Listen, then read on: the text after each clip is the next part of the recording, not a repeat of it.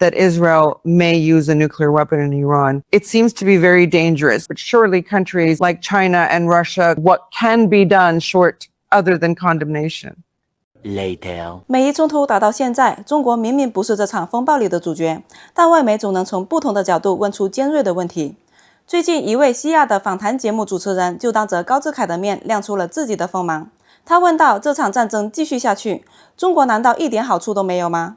如果以色列真的用核武器，你们除了谴责还能做什么？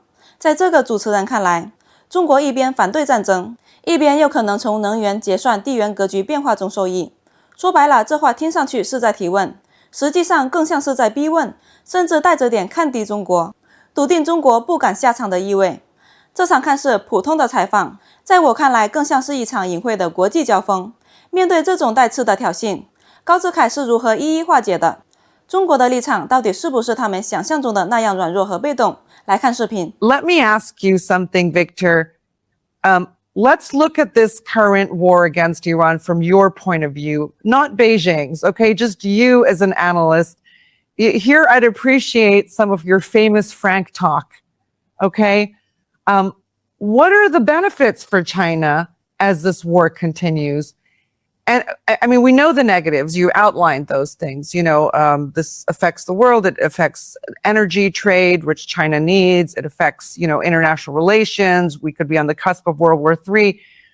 But let's talk about some of the benefits that China could gain. And I don't mean it in a bad way.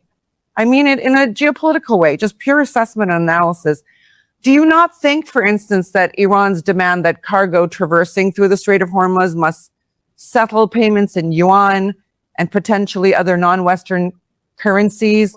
Is this not a net gain for not just the Chinese, but also their multipolar goals, you know, from the BRICS to the SCO, from sort of creating new payment platforms the world around, and to put an end to Pax Americana? Tell me that side of it. Let's look at what the net gains could be. Let me tell you my real feeling, and let me open up my mind and my heart to you. As far as China is concerned, there is no single net benefit for China at all for this war. This war is a war of aggression, and there are war crimes committed against the people in Iran, and there are shocking developments in this war. And there is no single benefit I can ever think about as far as China is concerned. China is completely calling for an immediate end to this war and for thorough investigations into any possible war crimes or crimes against humanity being committed in the course of this war. And for any country to dare to launch a war of aggression in the middle of an ongoing negotiation should be really investigated. And if any country believes and will do some calculation as to whether I gain more or lose more, probably that's not a real good exercise at all. So let me tell you, and hopefully through you, to your audience in the world, that we need to do whatever we can. We need to engage in international cooperation to put pressure on all the parties concerned to stop this war immediately. Let me make a point. China now accounts for more than 1/3 of global manufacturing output, larger than the United States, EU, and Japan combined together. And the Chinese yuan, the renminbi, only accounts for about 3% in international trade in terms of settlement and payment. My view is that the use of renminbi need to be increased the minimum by tenfold, increasing from about 3% now to about 30% eventually. By reaching 30% for the renminbi in global international trade, it will be just more or less proportional to the weight of the Chinese manufacturing and the Chinese contribution to additional GDP growth in the world. So no one should be shocked by the steady increase in the weighting of the renminbi in the world of today.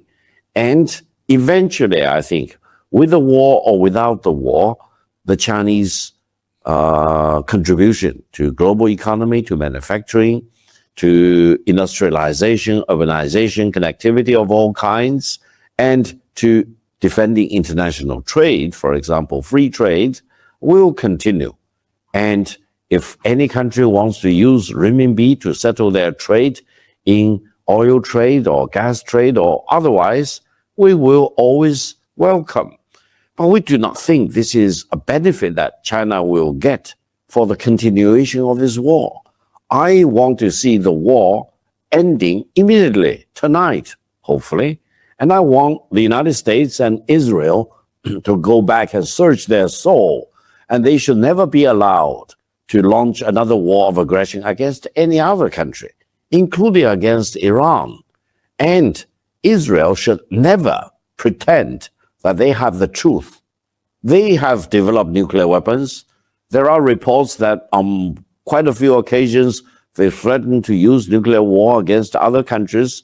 They have no right to demand any other country, not only in the Middle East, but anywhere in the world, not to develop nuclear weapons because they violated the rules first. And they now possess nuclear weapons. They threaten to use nuclear weapons. I think eventually, as you mentioned, when we reach step 2 or step 3, we need to create a situation where there will be no nuclear weapon at all by any country in the Middle East. That probably will be a better Middle East. It will contribute to real peace and stability and peaceful coexistence between and among countries in the Middle East. Victor, to your point about the chatter we're hearing increasingly that Israel may use a nuclear weapon in Iran, it seems to be very dangerous. I mean, we often see what Western media does and Western commentators, political commentators do is sort of lay the groundwork for something unpalatable that they plan to do. There's altogether too much chatter about Israel using nukes on Iran. 2 points about this. If Israel uses a nuclear weapon on Iran, doesn't that ultimately show that the Israeli and U.S. militaries are incapable of reaching goals with a middle state like Iran? It basically shows that there's nothing to their militaries. They had to use a weapon of mass destruction. The other thing, and this is the most important, I think, really our viewers would like to know, what happens to recognized nuclear powers like China and Russia if a undeclared state outside of all the systems meant to regulate nuclear weapons, right? The non-proliferation treaty, for instance, uses a nuclear weapon? Doesn't that create a global South race to get one themselves as a defensive measure? Number one. Doesn't it teach people that Iran should have gotten a nuke way before? But let me ask you, what do you think Beijing's reaction would be as a responsible meaning like a recognized nuclear power, one of 5? What should Beijing do if an undeclared state uses a dirty bomb on an SCO and BRICS partner country? What do you think that reaction will be? First of all, I want to tell the Israeli government and the Israeli leaders that the moment Israel uses a nuclear warhead against any other country, including against Iran, it will be the demise of Israel as a country, as a state. Why? Because by dropping a nuclear warhead against another country, Israel will become the public enemy number 1 of mankind. Because mankind will never support Israel to use nuclear warhead against another country, killing hundreds of thousands, if not more, people.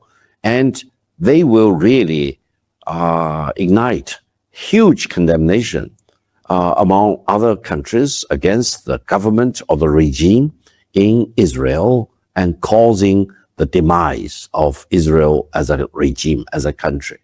Therefore, think twice and always use the Chinese wisdom that if you dare to use a nuclear weapon against any other country, you may cause the demise of your own country.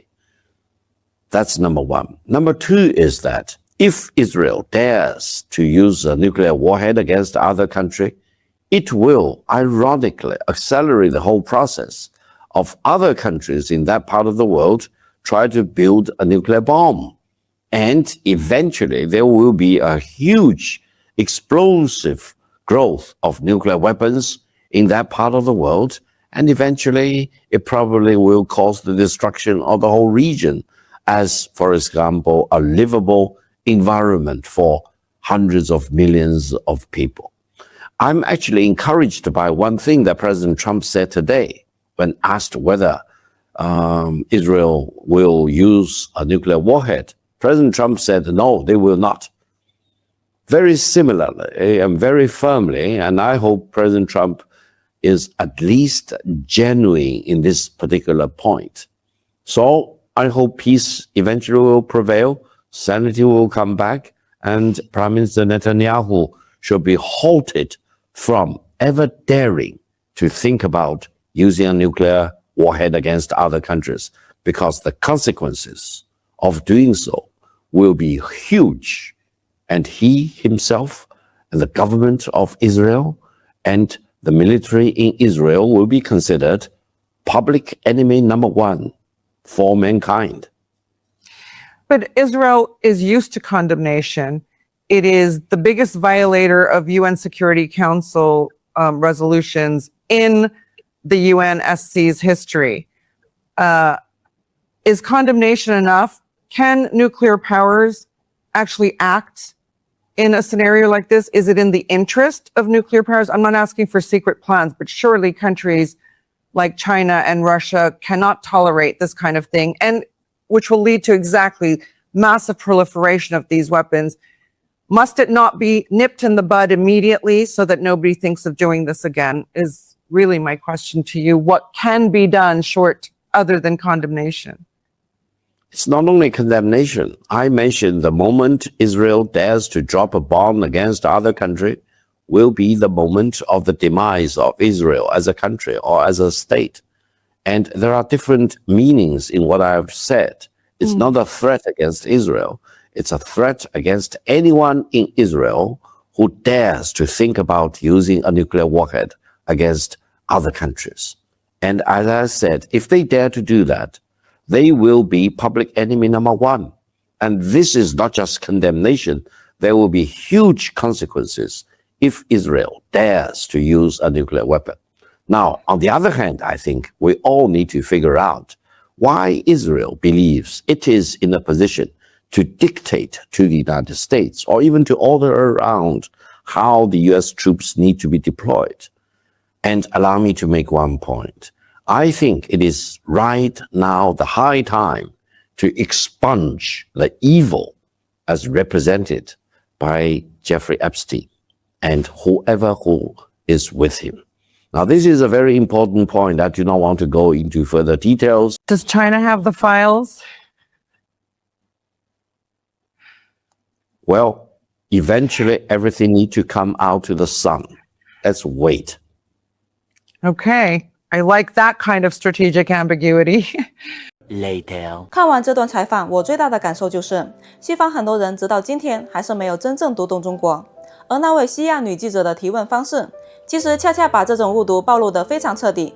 她表面上是在提问，实际上却始终带着一种先入为主的判断，仿佛她早就认定了中国不可能真正置身事外，也早就认定了中国嘴上讲和平，心里一定在盘算利益。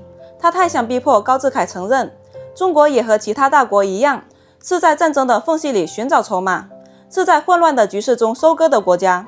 中国有时候真的很无奈，你强调和平，他们会说你软弱；你主张谈判，他们就说你虚伪；你反对战争升级，他们又要怀疑你是不是在背后获利。好像无论中国怎么做，他们都能提前给你扣上一顶帽子。而高志凯在这场对话里最值得看的地方，也恰恰在于他没有顺着对方的话术走，没有落入那种我是不是得解释我没有获利的陷阱，而是很直接的把问题拉回了最根本的一点：战争本身就是灾难，侵略本身就不该被包装成收益计算。尤其当对方一步步把问题推进到如果以色列真的使用核武器，中俄除了谴责还能做什么的时候，在西方很多人眼里，国际关系永远是零和博弈，战争永远可以拿来交易，动荡永远意味着机会。所以他们无法理解为什么中国会一遍又一遍地呼吁停火，为什么中国对核威胁会如此警惕，为什么中国不愿意把别国的灾难当成自己扩张的跳板，因为他们习惯了用霸权逻辑去揣测别人，也就自然很难理解中国这种从苦难中长出来的克制。说到底，西方总是习惯性忽略中国曾经经历过什么，尤其是那场艰苦卓绝的抗日战争。他们可以在纪念二战时反复强调欧洲战场的惨烈，却常常轻描淡写中国战场所承受的巨大牺牲。他们也许能够在纸面上承认中国是二战东方主战场，却很少真正从情感和历史重量上理解中国这个民族到底付出了什么样的代价。我也能理解，因为没有亲身经历的人确实很难感同身受，他们很难真正理解一个民族曾经被侵略、被虐待、被轰炸、被长期拖入战火深渊之后，会如何看待今天这个世界。正因为中国记得，所以中国才不会轻易歌颂战争；正因为中国痛过，所以中国才不愿看见别的国家再走一遍同样的路。中国今天的智慧就在这里。而高志凯在这场采访里真正做的，也不是和对方赌气，更不是单纯的逞口舌之快，而是用一种非常清晰的方式告诉外界，中国不是没有力量，不是没有态度，而是比很多人更清楚，真正的大国责任从来不是把世界推向更危险的边缘，而是在最危险的时候守住不该被突破的红线。这才是中国今天最可贵的地方，也是很多西方评论者最看不懂的地方。所以别再把中国理解成只会谴责，中国真正想做的从来不是站在战火边上点评输赢，而是尽可能阻止这个世界滑向更大的灾难。这就是中国的立场，也是中国人的答案。